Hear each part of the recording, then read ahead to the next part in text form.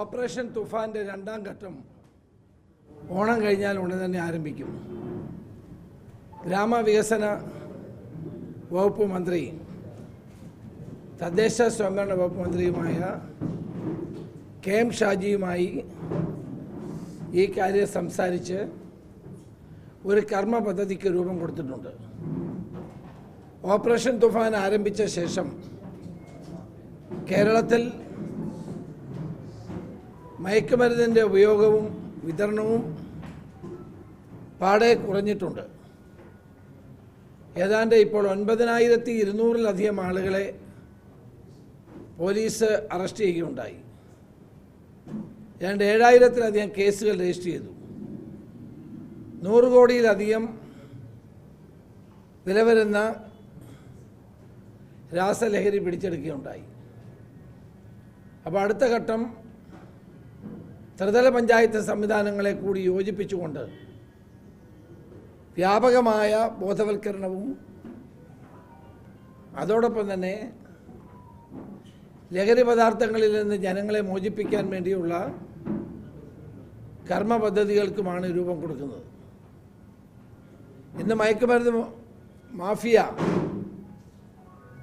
പുതിയ പുതിയ അടവുകളാണ് സ്വീകരിക്കുന്നത്.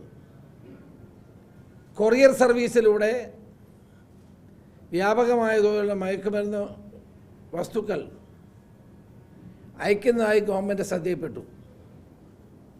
കൊറിയർ കമ്പനികളോട് ഞാൻ ഒരു കാര്യം പാലക്കാട് വെച്ച് പറയാൻ ആഗ്രഹിക്കുന്നു. ഈ പരിപാടി നിർത്തിക്കൊള്ളണം. സ്വകാര്യ കൊറിയർ കമ്പനികൾ പോസ്റ്റ് ഓഫീസുകൾ വഴിയും ലഹരി പദാർത്ഥങ്ങൾ രാസലഹരി അയക്കുന്ന ഈ പരിപാടി അവസാനിപ്പിച്ചില്ലെങ്കിൽ ശക്തമായ നടപടികൾ ഈ കമ്പനികൾക്കെതിരെ ഉണ്ടാകും.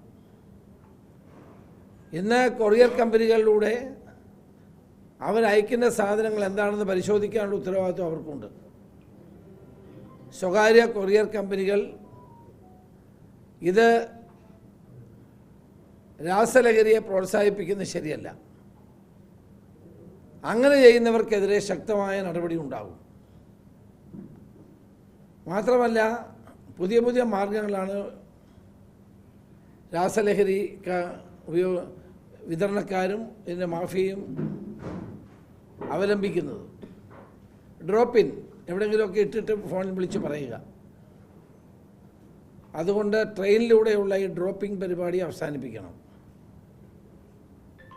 പോലീസ് ഇൻ്റലിജൻസ് സോഴ്സിലൂടെ കിട്ടുന്ന വിവരങ്ങളാണ് ഞാൻ പരസ്യമായിട്ട് പറയുന്നത്. കാരണം കേരളത്തിലെ മുഴുവൻ ജനങ്ങളും ഇന്ന് ലഹരി മാഫിയയ്ക്കെതിരായിട്ടുള്ള പോരാട്ടത്തിൽ സർക്കാരിനോടൊപ്പമാണ്. പ്രത്യേകിച്ച് നമ്മുടെ അമ്മമാരും ഉമ്മമാരും സ്ത്രീകൾ മൊത്തത്തിലും സാധാരണ ജനങ്ങളും ലഹരി മാഫിയയ്ക്കെതിരെ ശക്തമായ നിലപാട് സ്വീകരിക്കുകയാണ്. അവരെല്ലാം വിഡ്ഢികളാക്കിക്കൊണ്ട് പുതിയ പുതിയ മാർഗങ്ങൾ കണ്ടെത്തുന്ന ലഹരി മാഫിയയെ ഞാൻ താക്കീത് നൽകുന്നു. നിങ്ങളിത് അവസാനിപ്പിക്കണം. ഇത് കേരളത്തിൽ നടക്കില്ല. തെക്കേ ഇന്ത്യ സംസ്ഥാനങ്ങളിലെ മുഖ്യമന്ത്രിമാരുമായി സംസാരിച്ചു. അവർ കേരളത്തിൻ്റെ മുഖ്യമന്ത്രി ശ്രീ വി ഡി സതീശൻ അവർ കത്തെഴുതി. അവരുമായി ഇനിയും സംസാരിക്കുന്നുണ്ട്. തെക്കേ ഇന്ത്യയിലെ DGPമാരുടെ യോഗം ഞങ്ങൾ വിളിച്ചു. ഓണം കഴിഞ്ഞാൽ വീണ്ടും തെക്കേ ഇന്ത്യയിലെ കോർഡിനേറ്റേഴ്സുമായി